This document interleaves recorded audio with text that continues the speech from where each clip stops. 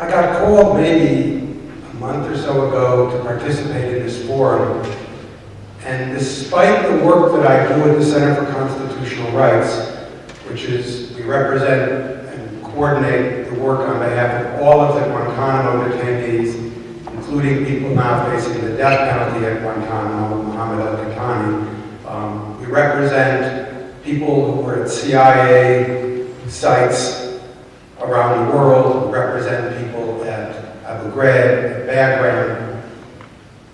I actually didn't know very much about Fahad's case.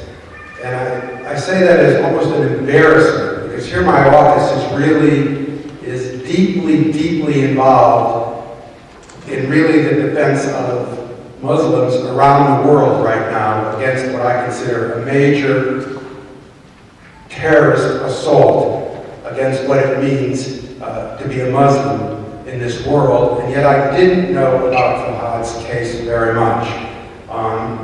We did a few weeks ago have Fahad's father on our radio show along with Sean, and so I began to learn about it. And when I looked into it, it sadly fit what we have seen really post 9/11 and the attacks on Muslims both here in the United States and around the world. And when Mari talked about there being two Americas, you know, I question that right now, particularly for the Muslim community here in the United States and for the run around the world, whether it be in Iraq or in Bagram or Abu Ghraib or here in a metropolitan detention facility where Fahad is in solitary. I think you have to look at Fahad's case in terms of the incredible assault there has been on the religion and Muslims around the world. And I look at it post 9/11 as what happened at my office, the Center for Constitutional Rights, which is just down, not far from the World Trade Center on Broadway. And the first day, on 9/11 itself, we started getting telephone calls from the families of Muslim non-citizens who've been picked up all over the United States and put into prisons all over the United States, beaten, tortured, moved from prison to prison so that their families couldn't find them. And we began to represent people early on who were caught in this, what I would have to say is deep, deep anti-Muslim animus. And sometimes I hear it said, well, we're giving the United States a bad name by doing this, we're hated because of Guantanamo. And so, if you ask yourself, if we are, then why are we continuing to do it? And the answer is because I think this country now is actually sending a message of terror to the Muslim world. It says, you think differently than us, you do something we don't like, and we will imprison you, we will charge you, we will torture you, we will send you to Guantanamo.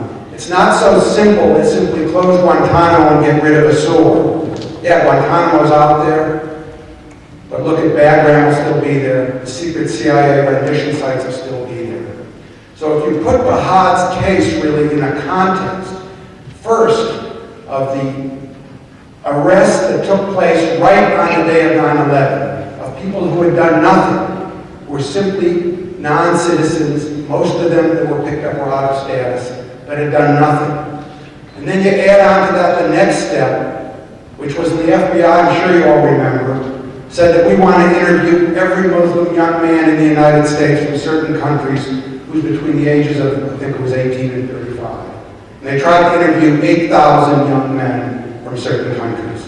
And then you put on top of that, also in the first days, the special registration that took place for Muslims.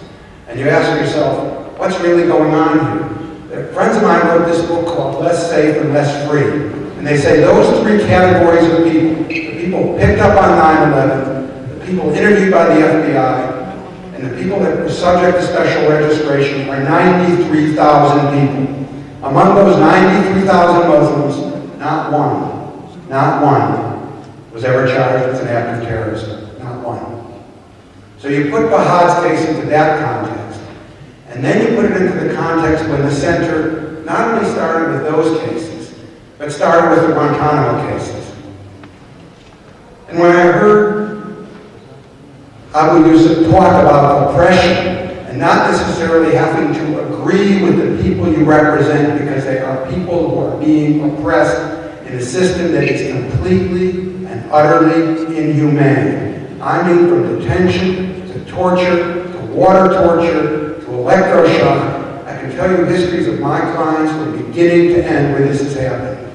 And I remember the day we had to make the decision at my office to represent the Guantanamo detainees.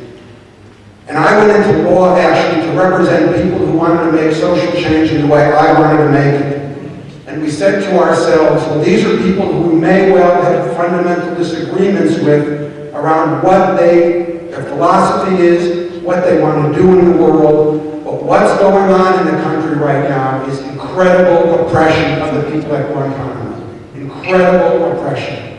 And we took those cases at a time when I could not get one other human rights organization out on the street with us. Not one.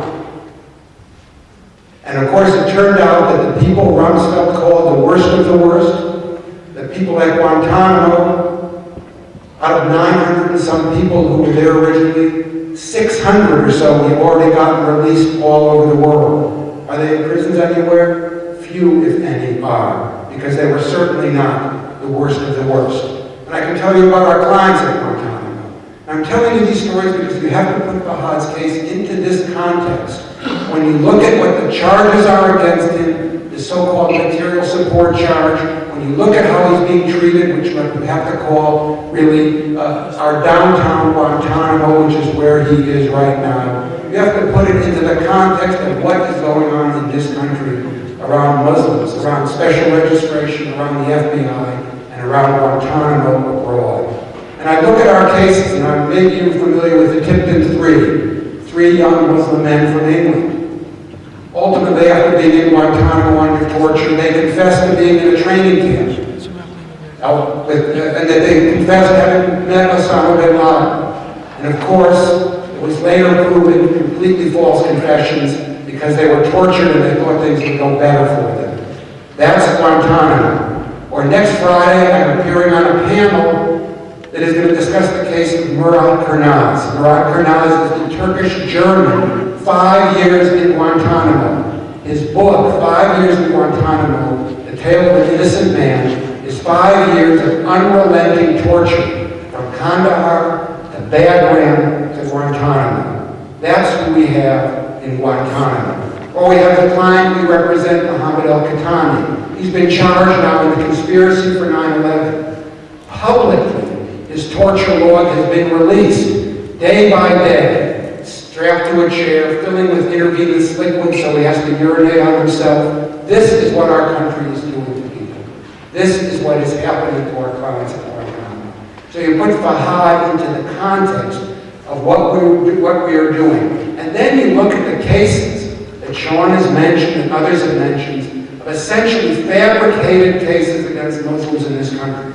And you may know some of them.